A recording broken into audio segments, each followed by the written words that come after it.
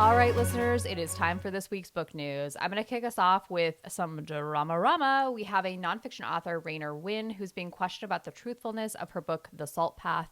The Salt Path is Wynn's memoir, which documents the 630-mile walk along the Southwest Coast Path in Southwest England, completed by Wynn and her husband Moth after they lost their home, and Moth was diagnosed with a fatal disease.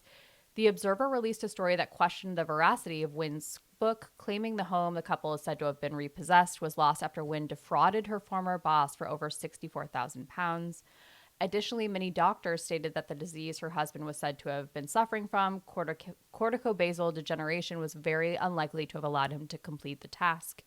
Wynn released a lengthy statement saying this is absolutely not true, that the story grossly misrepresented the truth of her situation. She provided medical documentation with doctors about her husband's condition. He has since passed, so this was obviously very traumatic for her. Lots going on, and this book was wildly popular. It sold more than 2 million copies since its publication in March of 2018, and there was a film adaptation starring Gillian Anderson and Jason Isaacs that was released earlier this year. Oh my God. This could be another movie spin-off, I guess, of like the real story of what happened. Meta. Yeah, keep going. Yep. Oh my God. But I mean, obviously her husband died, so maybe he did have something, or do we think that she killed him? Oh my God. Like I'm already making up a whole story in my mind head. did not even go there. No. I think he had the disease because she gave medical documentation. It's Okay. so tough. It's a tough situation because typically I'd be like, oh my gosh, this be. But I think like it's a perfect example of how like we want our writers to be like perfect, and she's a nuanced character. She's tough. Like maybe she did defraud. She still lost her house. Her husband still died. Like Yeah. No, nobody's perfect. Like, but she maybe like embellish a couple of things to make it a very great, like gripping story, which obviously it was because it's all over 2 million copies. So good for her. But yeah, oof, that's kind of a toughie. Tuffy, what you got for us? All right, so we have some news coming from the Fourth Wing TV adaptation. The showrunner, who is Maura Walley-Beckett, has exited the show, and we don't know who's going to be the next showrunner now. There are a couple of names that are being thrown around, like Jack Schaefer, who is the creator of Agatha All Along and WandaVision, but it's not giving me good vibes that, I mean, I don't know when we're going to be getting this. The show was picked up in October 2023 when Amazon MGM bought the rights. It's also being produced by Michael B. Jordan, which made me really excited because I love like the taste that he has in all of the movies that he's produced lately. So I have hopes because of that, but it's a little worrisome that a showrunner, and if you guys don't know, she's the creator of Anne with an E. She was also one of the head writers for Breaking Bad. So it's like a really talented person. So I wonder what's going on behind the scenes that maybe just things didn't juju right. Who knows? That's concerning. I feel like whenever you have drama behind the scenes, that shows up in the production. We'll see, though. We shall We'll see. We'll keep an open mind, so we'll see. What else you have? Okay, this story is a little bit, I learned something this week, a new phrase, which I will explain here. So China has been targeting female authors of erotica and arresting them. At least 30 writers, nearly all of them women in their 20s, have been arrested across the country since February. The government appears to be targeting specifically female writers portraying homoerotic sexual content, which is of this genre called donmai. And donmai centers on romantic relationships between men, often exploring themes beyond romance, such as friendship, society, family, and personal growth. It's hugely popular over there. The authors are being accused of breaking China's pornography law for producing and distributing obscene material. Writers who earn a profit can be jailed for more than 10 years, and the law targets explicit descriptions of gay sex or other sexual perversions.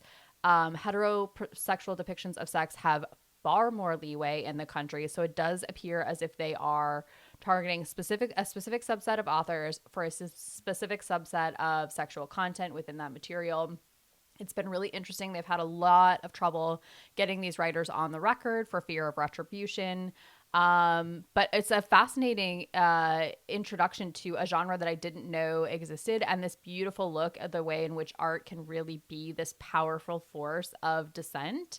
And I really loved the description of this genre. I totally get the pull. I thought it was kind of beautiful, but It is beautiful. it's tragic for these authors. Yeah. Probably what's going to happen, and I think we've seen this in a couple of other countries in like Russia, where a lot of the authors then end up leaving or being published by, other companies, and then they just, to try to kind of be able to get the books in there somehow, but without any like fear or repercussion or anything like that. So pretty sad, but it's such a beautiful, like, detailed themes. I loved it. I do Aw. too. Yeah.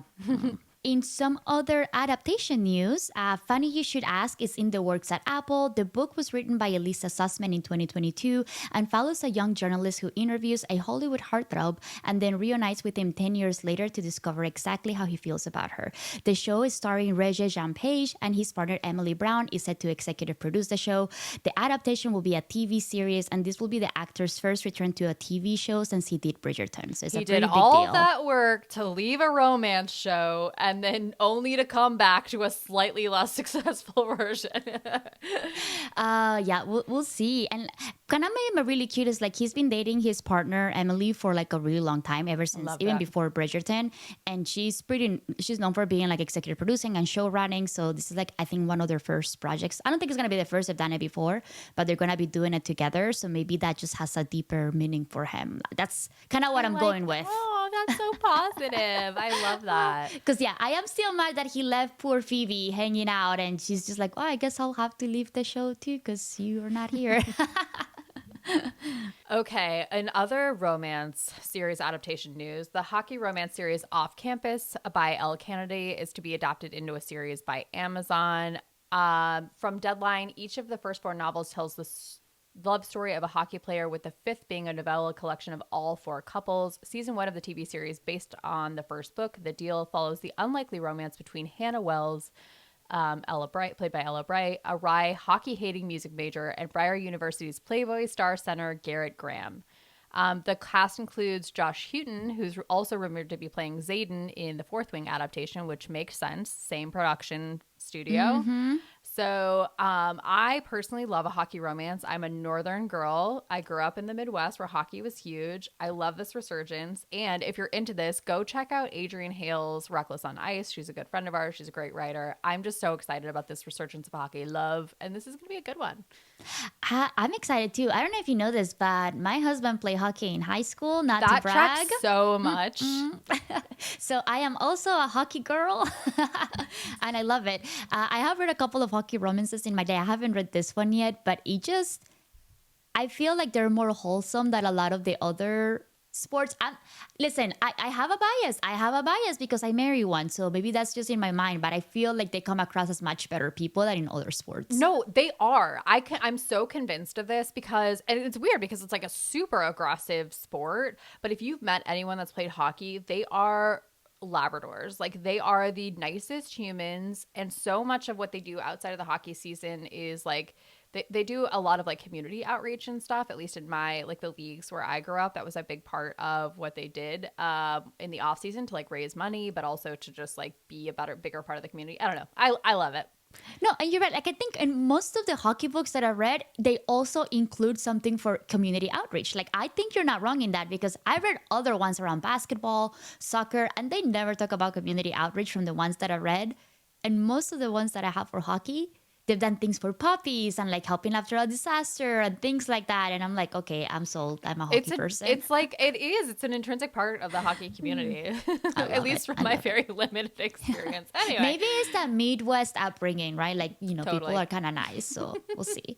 In other news, a San Francisco bookstore, The Booksmith, has stopped carrying all Harry Potter books due to Rowling's controversial gender politics. The independent bookstore posted a sign where Rowling's books would typically be shelved, stating, "In May of 2025, author J.K. Rowling publicly committed to using her private wealth from the Harry Potter series to develop the J.K. Rowling Women's Fund, an organization dedicated to removing transgender rights in the workplace, in public life, and in protected female spaces," whatever that means. That's from me. "With this announcement, we've decided to stop carrying her books." The bookstore went on to say, "We're one private business making a decision to align our business practices with our own values and our customers' values. The freedom to do, which, if I'm honest, is one of the most rewarding parts of operating a truly independent bookstore," said Camden Avery, the lead buyer and co-owner of The Booksmith.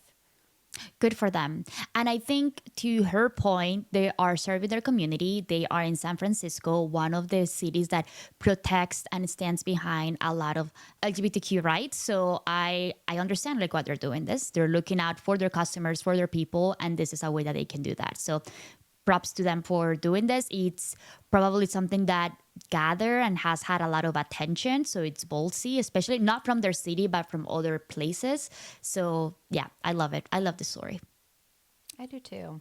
That's community. That's community focused. And they're in the hate, which is like, yeah, that's the Yeah, heart of exactly. LGBTQ history. So in Yeah, America here. for Okay. sure. What's your last story for us? And I think just to close things out, Sarah J. Maas has finished the first draft of ACOTAR Book 6. We finally have something. We have some crumbs. We've been clowning for the past 2 years, thinking that she was going to give us something, and nothing has come to fruition until now, guys. She posted on her socials that she finished it. She was celebrating with some beautiful closing her computer, popping some champagne, and that we got it. So I'm guessing that this is probably going to come out, what, like a year and a half from now, if she just turned in her first draft after edits and things. I don't know. Maybe I'm being too optimistic, but I think we can get it in a year and a half. Fingers crossed. But we have something. We can stop clowning now. What was the last book that she released? It was the one for Crescent City, right?